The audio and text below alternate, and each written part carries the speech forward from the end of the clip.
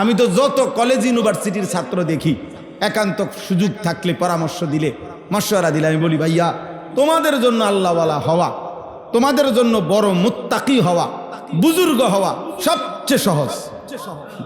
কেন? কারণ আল্লাহ কোরআনুল কারীমের মধ্যে বলছে, হে ঈমানদার পুরুষ, তুমি ভিন নারী থেকে, হারাম দৃশ্য থেকে চোখ নামাও, লজ্জাস্থানের হেফাজত করো। আল্লাহ বলেন, আমি আল্লাহ ওয়াদা দিলাম, যালিকা আজকা লাহুম। আজকা ইসমে তাফজিল। আল্লাহ তাআলা বলেন এটাই হচ্ছে তোমাদের চরিত্রের সর্বোচ্চ পবিত্রতা। আজকা, তাইলে সে যে তাজকিয়া, এই আধ্যাত্মিকতা মানে কি? তাজকিয়া। আধ্যাত্মিকতা তাসাউফ মানেই হলো তাজকিয়া, ওয়ায়ুজাক্কিহিম, অন্তরাত্মাকে পবিত্র করা। এ আমাদের ইসলাহি মাহফিল, পীর বুজুর্গদের মেহনত, আউলিয়াদের মেহনত, খানকার মেহনত, তাসাউফের মেহনত, তাজকিয়ার মেহনত, আত্মশুদ্ধির মেহনত, সবটার মাকসাদ হলো তাজকিয়া, আত্মশুদ্ধি, অন্তর পবিত্র হওয়া। আর আল্লাহ বলছেন, চোখ নিচের দিকে নামাইবা, লজ্জাস্থানের হেফাজত করবা, আমি তৎক্ষণাৎ তোমার সর্বোচ্চ তাজকিয়া, অন্তরের পবিত্রতা আমি দিয়ে দেব।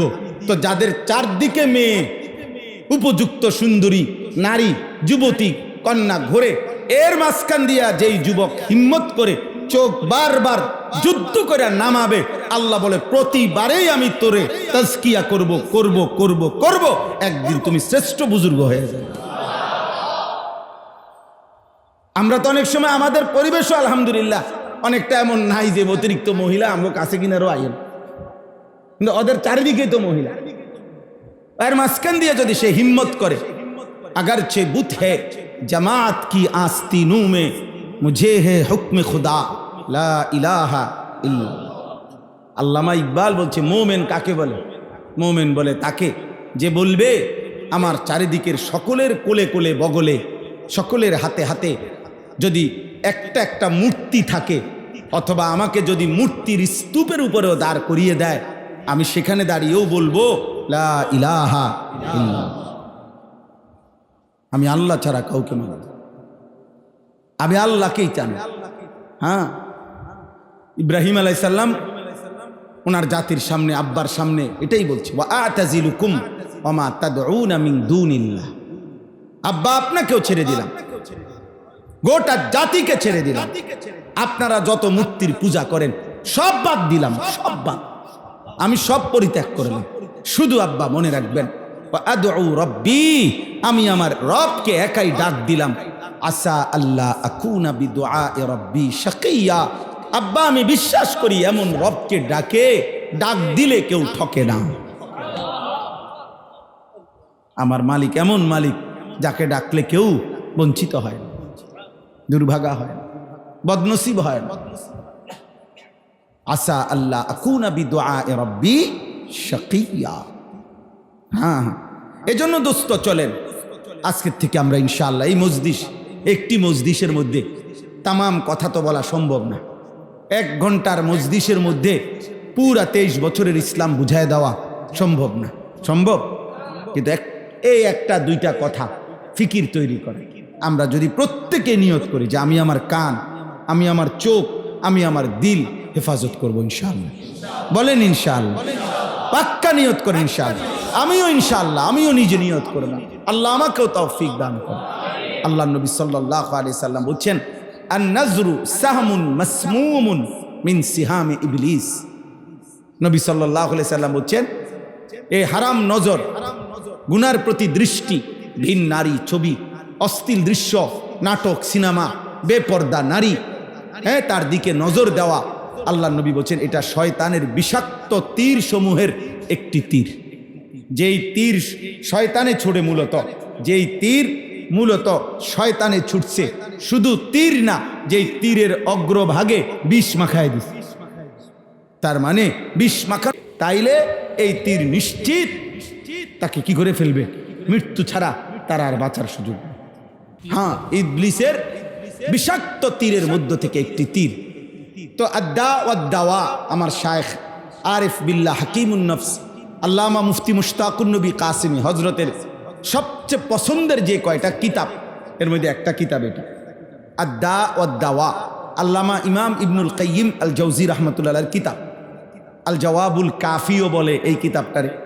ওই কিতাবের মধ্যে তিনি বলছেন, হে আল্লাহর বান্দা, মনে রেখো প্রত্যেকটা বদ নজর, এটা তো আল্লাহ রসুল সাল্লাল্লাহু আলাইহি সাল্লাম বললেন একটি বিষাক্ত তীর ইবলিসের, কিন্তু তোমার চোখ যখন ভিন নারীর দিকে পড়লো তো তীরটা মানে বের হইল, মনে করেন শয়তান একটা তীর মারলো, তো এই তীর উনি বলেন নিশ্চিত হে মানুষ তুমি মনে রেখো এই তীর বিঁধবে ওই নারীর গায়ে না, ফিরে আসা অবশ্যই তোমার গায়ে। তার মানে এই ভিন নারী দেখার পর, সাংঘাতিক বিষয়টা, ভিন নারী দেখার পর হৃদয়ের মধ্যে জ্বলন, এটা কি ওই বেডির তৈরি হইব না আমার? তাহলে তীর বিঁধছে মূলত কার গায়ে? আমি তীর ছুটছিলাম মহিলার দিকে, কিন্তু তীর লাগছে কার গায়ে? কল যেটা জ্বলে, আরে আরে বেডি রে কি দেখলাম রে, হ্যাঁ আর কি দেখি।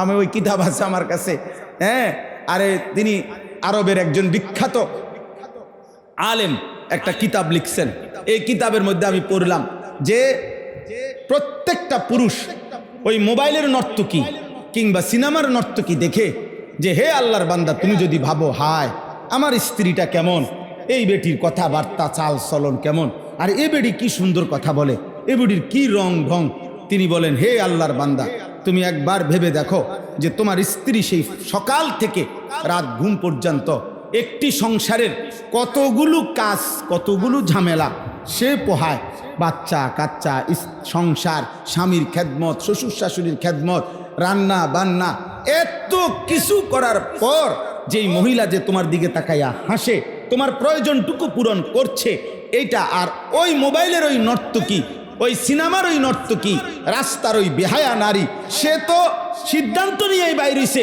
পর পুরুষকে তার রূপ দেখাবে, যৌবন দেখাবে, তার তো এটা ব্যবসা, তার তো এটার পিছনে টাকা, তো সে তো জানে না স্বামী কি, সংসার কি। সে যদি এই পেরেশানির ভিতর দিয়া এমন রংঢং করতো তখন না তুমি বলতা, আফসুস করতা, তার তো স্বামী নাই, তার তো সংসারে নাই, তার তো আখেরাতে নাই, তার তো পারিবারিক খেদমতের কোনো প্রয়োজনই নাই।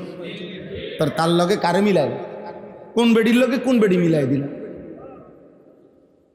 এবং তিনি বলছেন হে মহিলা, একজন নারীকে বলছে যে হে মহিলা তুমিও যখন মোবাইলে, টেলিভিশনে, নাটক, সিনেমার মধ্যে সুদর্শন নায়ক দেখো, একবারে ভালোবাসতে বাসতে শুইয়া লাইছে, হ্যাঁ তোমারে না পাইলে আমি আত্মহত্যা করব এখন, এরপরে যা বলে, হ্যাঁ প্রেমিকা টাস করে থাপ্পড় দিছে, সে তবুও তোমাকে ভালোবাসি, তোমার থাপ্পড়ই আমার জন্য অনেক বড় কিছু।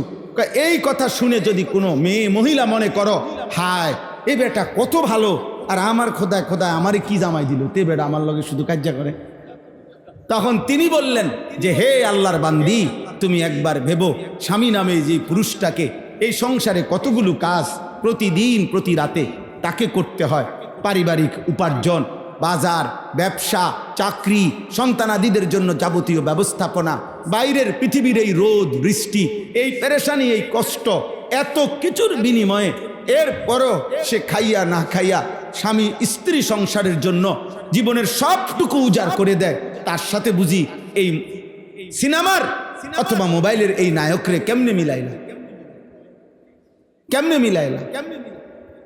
আমি ওই দিন এই বছর গত হজ্জের সময় আমার একজনে বলছিল যে হুজুর আমি আজকে 18 বছর বিদেশ করি, 18 বছরের ভিতরে হুজুর কাইন্দা দিছে আল্লাহর ঘরের কাছে, বলতেছে হুজুর আমি কাউরে কোনোদিন খুশি করতে পারি নাই। আমি বললাম মানে? মানে হুজুর যারেই বলছি, আমার পারিবারিক যাকেই টাকা দিছি, বাবা মা স্ত্রী ছেলে মেয়ে ভাই বোন যারে যত টাকা দিছি, প্রত্যেকের পরবর্তী মন্তব্য হইল তে বিদেশ থাকে, ইচ্ছা করলে আরো দিতে পারত, দিছি 5,000, কইছে তে ইচ্ছা করলে 10,000 দিতে পারত, তে একটা বিদেশ করে, দিছি 10,000, কয় তারে তে তো বিদেশ করে, তে ইচ্ছা করলে 20,000 দিতে পারত। কে জিন্দিগিটা হুজুর কোনোদিন কাউরে খুশি করতে পারলাম না, খুশি করতে পারলাম। এক ছেলে আমারে বলছে ব্রাহ্মণবাড়িয়ার যে হুজুর আমি আজকে 8 বছর বিদেশে, এই দেশে আমি কোনোদিন শারীরিক কোনো অসুস্থতার কারণে একজন বড় কোনো ডাক্তার দেখাই নাই, কারণ ডাক্তার যে পরিমাণ ওষুধ দিবে এগুলো কিনলে আমার 1 মাসের বেতন থেকে যেই টাকা খরচ হয়ে যাবে আমার বাড়িতে ওই টাকাটা আমি না পাঠাইতে পারলে আমার স্ত্রী, মা, বাবা, ভাই বোনের কষ্ট পাবে। এই জন্য কোনো দিন একটা ভালো ডাক্তার দেখাইনি। তো এর লগে তুমি মোবাইলের নায়কের মিলাইবা, এর লগে বুঝি তুমি সিনেমার নায়কের মিলাইবা, এর সাথে বুঝি তুমি ফুটবলের খেলোয়াড়ের মিলাইবা। ও বুঝে জীবন কি, যে সারাদিন বল লাইতে এই পাগলে কি বুঝবো সংসার কি? বুঝেন নাই কথাটা? জীবনটাই যার কাছে খেলাধুলা, জীবনটাই যার কাছে তামসা, সে বুঝবে কি সংসার? সে কি বুঝবে পারিবারিক পেরেশানিটা? তাইলে প্রিয় ভাই, কথার প্রসঙ্গে এটা লম্বা করলাম। অর্থাৎ এই নজরের হেফাজত, এই দৃষ্টির হেফাজত আমার জন্য জরুরি, আপনাদের জন্য জরুরি, আপনাদের জন্য জরুরি, পুরুষের জন্য জরুরি, নারীর জন্য কি জরুরি। আল্লাহ তাআলা বলছেন পুরুষদেরকে আলাদা। কোরআনুল কারীমের একটা বৈশিষ্ট্য হলো আল্লাহ তাআলা কোরআনুল কারীমের অধিকাংশ আয়াত, মনে করেন শতকরা 95% শরীয়তের বিধান পুরুষদেরকে সম্বোধন করা হয়েছে, কিন্তু পুরুষদের মাতাহাতে অধীনে নারীদেরকেও বলা হয়েছে। এটা হলো কোরআনের একটা কমন বৈশিষ্ট্য। কিন্তু অল্প কিছু বিধান আছে যেখানে বিষয়ের এত গুরুত্বপূর্ণ যে আল্লাহ তাআলা পুরুষকে আলাদাও বলছে, নারীকে আলাদা বলছে। এই ক্ষেত্রে চোখের হেফাজত, নজরের হেফাজত এবং লজ্জাস্থানের হেফাজত, এই দুইটি বিষয় এতটাই গুরুত্বপূর্ণ যে আল্লাহ তাআলা পুরুষ ইমানদারদেরকে আলাদা বলছে, মহিলা ইমানদার নারীদেরকে আলাদা বলছে। একবার বলছে কুল্লিল মুমিনিন ইয়াগুদ্দু মিন আবসারিহিম ওয়া ইয়াহফাজু ফুরুজাহুম, হে নবী আপনি বলেন ইমানদার পুরুষদেরকে তারা যেন তাদের চোখ নামায়, আর বলবেন লজ্জাস্থানের যেন হেফাজত করে। এর পরের আয়াত আল্লাহ আবার বলছেন অকুল্লিল মুমিনাত, ইমানদার নারীদেরকে বলেন আলাদা, আবার বলেন আলাদা মহিলাদেরকে বলেন ইয়াগদুদনা মিন আবসারিহিন্না, তারা যেন তাদের চোখ নিচের দিকে নামায়, ভিন পুরুষ থেকে, মোবাইলে হোক, টেলিভিশনে হোক, রাস্তায় হোক, ভিন পুরুষ থেকে যেন চোখ নামায়। ওয়াহফাজনা ফুরুজাহুন্না, এবং নারীগণও যেন তাদের লজ্জাস্থানের হেফাজত করে। তাহলে বলেন ভাই বিষয়টা কতটা গুরুত্বপূর্ণ, বিষয়টা কতটা গুরুত্বপূর্ণ। ইয়া আইয়ুহাল্লাযীনা আমানু আকিমুস সালাহ, তো এখানে তো পুরুষবাচক শব্দ, আরবি গ্রামারের হিসাবে এই শব্দটি পুরুষবাচক শব্দ, কিন্তু নারীরাও 5 ওয়াক্ত নামাজের এই হুকুমে অন্তর্ভুক্ত, এই হুকুমে কি অন্তর্ভুক্ত। কিন্তু এখানে আইসা আলাদা বলছে, চোখ পুরুষ তুমি চোখ নামাও ভিন নারী থেকে, নারী তুমি চোখ নামাও ভিন নারী থেকে। আমার একজন উস্তাদ আছে যার কাছে আমি মুসলিম সানি পড়ছি, আমার একজন প্রিয় উস্তাদ, হুজুর এখনো জীবিত আছেন, বাংলাদেশের একজন বড় বুজুর্গ হযরত মাওলানা মুফতি মুস্তফা মাহমুদি দামাত বারাকাতুহুমুল আলিয়া। তিনি দারুল উলুম দেওবন্দের বিশ্ববিখ্যাত ফকিহে মিল্লাত হযরত মাওলানা মুফতি মাহমুদুল হাসান গাঙ্গুহি রহমতুল্লাহ আলাইহির খলিফা, আমাদের সাইনবোর্ডের হজরত জায়ের খলিফা, ওই খলিফা। তো হুজুর একদিন বয়ানের মধ্যে আমি হুজুরের মুখে শুনছি এটা, কয় দেখবেন রাস্তাতে যখন গাড়ি চলে, রাত্রে যে রাস্তায় হাইওয়ে রোডে গাড়ি চলে, এই গাড়ির একটা নিয়ম আছে যে ট্রাক বাস মনে করেন 2 দিক থেকে আসতেছে, ওই দিক থেকেও বা ট্রাক আসতেছে, এদিক থেকেও ট্রাক যাইতেছে, তো দুনো গাড়িরই হেডলাইট আছে, হেডলাইট তো ফুল ফোকাস দেয়, আলো আছে না, কিন্তু নিয়ম হলো ড্রাইভারদের নিয়ম, তাদের প্রশিক্ষণের অংশ এটা, 2টা ট্রাক যখন মুখোমুখি হয় কাছাকাছি আসা পড়ে, বাস যখন মুখোমুখি কাছাকাছি আসা পড়ে, তো দোনো ড্রাইভারই হেডলাইট ডাউন করে। হেডলাইট কি করতে হয়? ডাউন করতে হয়, নাইলে যদি হেডলাইট দোনোটা মুখোমুখি হয় তাইলে নিশ্চিত অ্যাক্সিডেন্ট। দোনো ড্রাইভারই কি পাবে না, তাল পাইব না, কে কার লগে বাজাই দিছে, কোন হান দিয়া বাজাই দিছে। হযরত এই জন্য বলেন আল্লাহ তাআলা যেন বলছে যে পুরুষ তুমি রওনা দিছো এদিকে, নারী তুমি আসতেছে ওইদিকে, কাছাকাছি আসছে, আল্লাহ তাআলা বলেন উভয় হেডলাইট নামায় দাও, তাহলে আর অ্যাক্সিডেন্ট হবে না। ইয়াগুদ্দু মিন আবসারিহিম, পুরুষকে বলছে হেডলাইট নামাও, নারীকেও বলছে মহিলা ইয়াগুদ্দুনা মিন আবসারিহিন্না, তুমিও হেডলাইট নামাও, দুইজনের হেডলাইট নামায় দাও, চোখ নামাও, তাইলে অ্যাক্সিডেন্ট হবে না। চরিত্র নষ্ট করার মতো কিছু হবে না, গুনার কোনো সুযোগ তৈরি হবে। আল্লাহ আমাদেরকে বুঝার তৌফিক দান করেন। তাহলে আমরা আপনাদের কাছে এটা বললাম যে আমরা প্রত্যেকেই চোখ, কান এবং দিল, এই তিন জিনিসের প্রতি যত্নবান হব। বলেন ইনশাআল্লাহ, বলেন ইনশাআল্লাহ। আল্লাহ নবী সাল্লাল্লাহু আলাইহি ওয়াসাল্লাম বলেছেন, জিনা আমরা যেটাকে ব্যভিচার বলি, এই ব্যভিচার কিন্তু নবীজি আম বলেছেন। নবীজি শুধু লজ্জাস্থান দ্বারা যেই পুরুষ নারী অপকর্ম করে, হারাম কাজ করে, এটাকেই আমাদের সমাজ মোটামুটি এখনো জিনা ব্যভিচার মনে করে। কিন্তু আল্লাহ নবী সাল্লাল্লাহু আলাইহি সাল্লাম এটাকে আরো ব্যাপক বলছেন।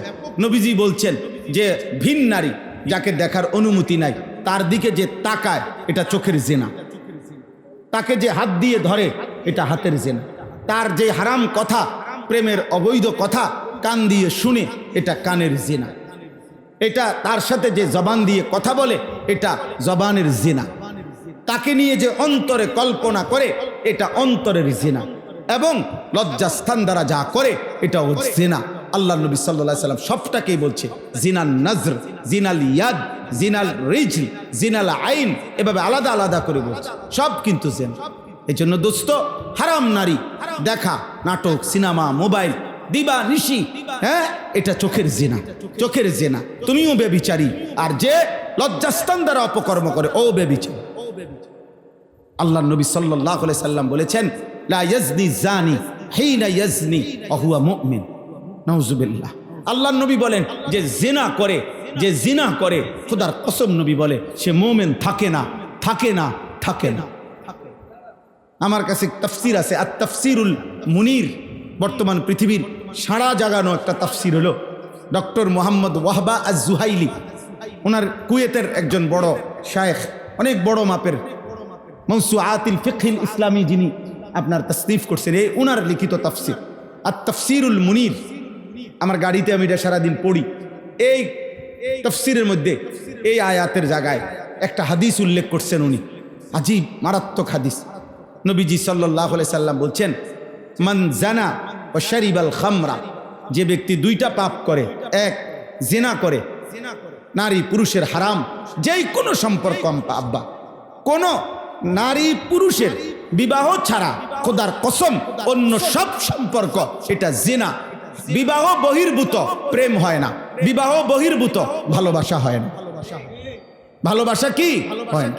আপনি ইংরেজি কইলেও হইতো না। ওর সাথে আমার আজকে 3 বছরের রিলেশন, মৃত্যুক বেটা জেনা বল বেটা, ওর সাথে আমার যে 3 বছরের জেনা, বলে যে হুজুর আমি লজ্জাস্থান দিয়ে কোনো অপকর্ম করি নাই। ও না করো, বাহি যা দিয়া যেটাই করছো, চোখ দিয়া দেখছো, হাত দিয়া ছুঁইছো, সাথে হইয়া ঘন্টার পর ঘন্টা পার্কের রেস্তোরাঁয় আড্ডা মারছো, সবটাই জেনা। জেনা ব্যভিচার, ব্যভিচার বেটা, সব ব্যভিচার, সব ব্যভিচার।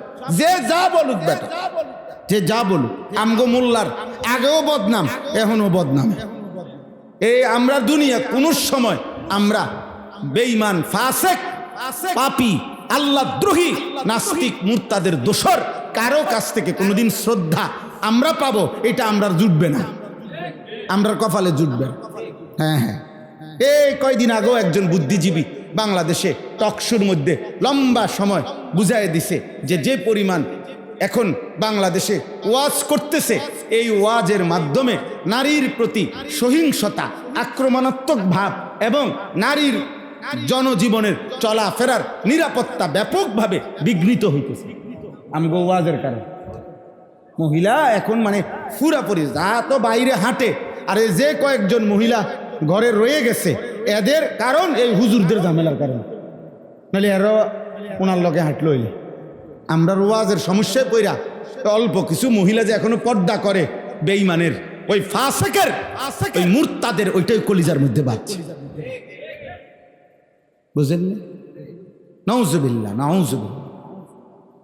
তো হাদিসটা শুনেন, আল্লাহ নবী সাল্লাল্লাহু আলাইহি সাল্লাম বলেন যে জিনা করলো এবং মদ পান করলো, ওয়া শারিবাল খামর, কি করলো? মদ পান করলো এবং ব্যভিচার করলো। আল্লাহ নবী বলেন এই দুই পাপের কারণে নাজা আল্লাহু মিন কলবিহিল ঈমানা কামা ইয়াখলাউল ইনসানু আল কামিসা মিন রাসিহি। হায় হায় মালিক কই কি ইয়ানজিউ আল্লাহ তাআলা নবীজি বলেন যে ব্যক্তি ব্যভিচার করে, যে ব্যক্তি জিনা করে, মদ পান করে, আল্লাহ তাআলা তার দিল থেকে ঈমান এভাবে বের করে ফেলে টেনে। খোদার কসম নবী বলে কোন মানুষ তার গায়ের জামা যেমন খুলে ফেলে, কামা ইয়াখলাউল ইনসানু আল কামিসা মিন রাসিহি, মানুষ যেমন তার গায়ের জামা খুলে ফেলে, আল্লাহ তাআলা তার দিল থেকে ঈমান এভাবে টেনে বের করে ফেলে।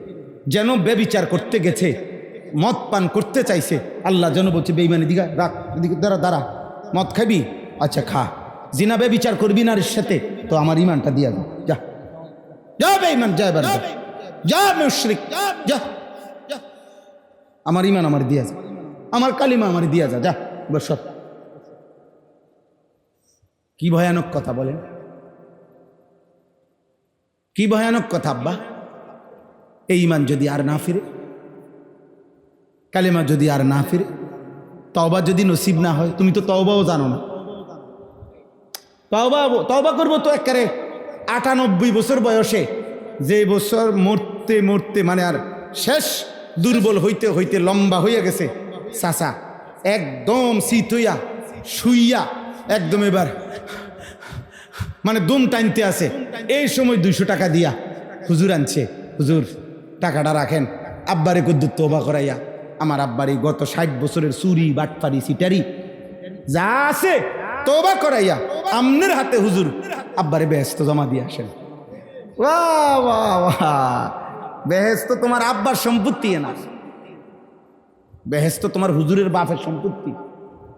হ্যাঁ, 500 টাকা দিয়া 60 বছরের সিটারি মাফ করে লাইতেছ। হ্যাঁ, 60 বছরের এই গুনাহ আমনে এবারে তওবা করে, ওটা কিছুই জানে না, অত কোনো সেন্সে নাই, ও কি তওবা করলো? নিজের তওবা তো নিজে করবে। কথা বলে না কেন? আমার তওবা কে করবে? ফয়সাল ভাই, ফয়সাল ভাইয়ের তওবা আমি করব, আমার তওবা আমি করব, আমি করবেন, আপনি করবেন।